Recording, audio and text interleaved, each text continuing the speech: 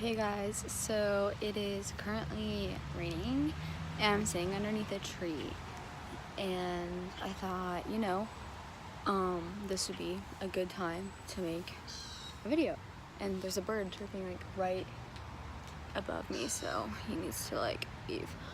But I'm super excited and very nervous, but I'm about to be making a big transition. I look bald. In my treatment. So this coming Tuesday, I will be transitioning from residential treatment to partial hospitalization treatment, also known as PHP, and that's kind of what I'll be referring to it as from now on. And I thought that it now would be a good time as any to talk about the different levels of care for eating disorder treatment, just because like when I sometimes I tell my friends like, oh, I'm like stepping down, and they're like, you're what? You're doing what? So yeah, I'm just gonna explain usually the way that eating disorder treatment is designed, set up, and how it's supposed to go. So that's what I'm gonna do. Okay, so we already know that we have inpatient residential treatment, and that's the one where you live there 24/7. They have nursing staff, they have doctors on call all the time. Like, you get your vitals done like 3 times a week or more depending on your medical state.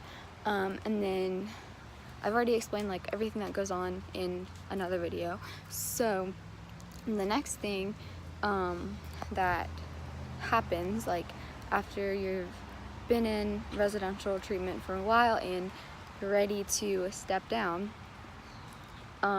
you go to PHP part. So that means that you have programming during the day. So you have breakfast, lunch, and afternoon snack at the treatment center, and then you would typically go home after that at night and be expected to do the rest of your meals and snacks.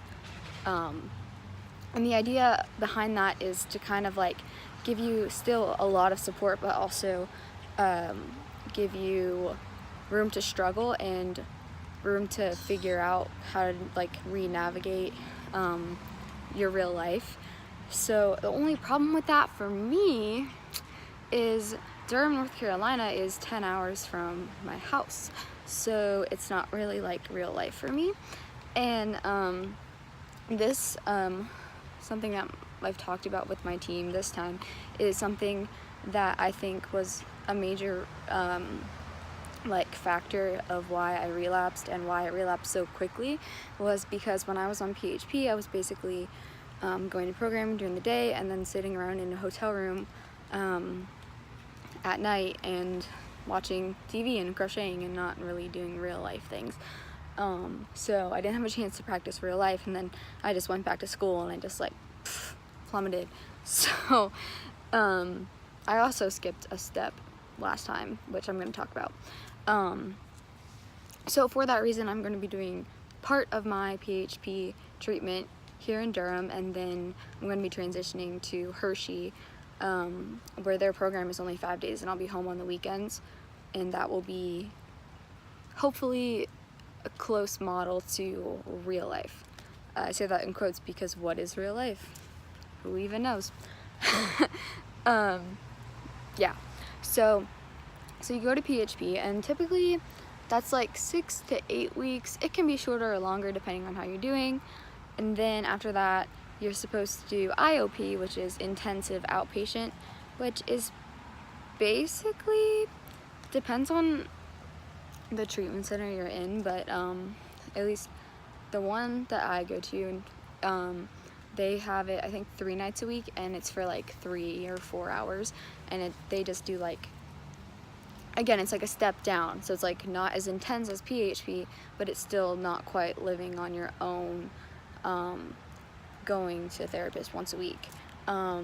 So, and then after intensive outpatient, you typically step down back to your regular therapist, regular dietitian that you meet with once a week usually, and you really start to work on your recovery from home or school or wherever it is that you are going to end up. So those are the levels of care that they recommend you go through all of them, and I was not able to do IOP last time I was in treatment because of the home situation, being so far away, and we didn't really think that there were any other options.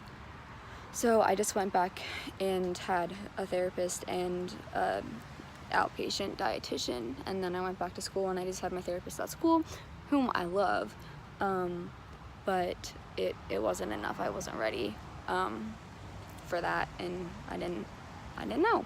So that's what we're working on now. But yeah, so I just want to let you guys know that I'm starting PHP on Tuesday. I'm super excited, and well, I'm also really nervous, but I'm gonna be staying in Durham for a couple weeks and then transitioning to Hershey.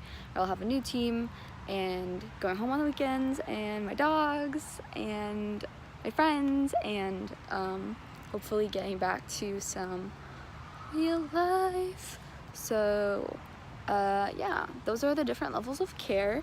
I was gonna use this video to also like share my story, but I think I'm gonna save that for another one, just because I can see like this one ending up particularly long if I do that. But you guys get a little bit of my story because I talked about my treatment last time and how it's different this time. Same treatment center.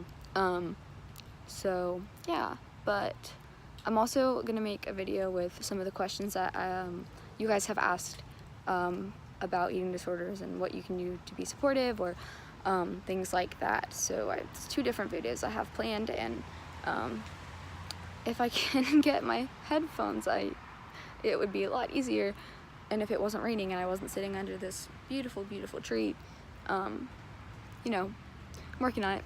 But anyway, if you found this video helpful as a support member or as somebody who just wants to understand levels of care for eating disorders, please subscribe and share, and also you can follow me on Instagram at heysarahgalade_. I just want to really get the message out there, and yeah, so I just wish you all the best on your recovery, and don't give up.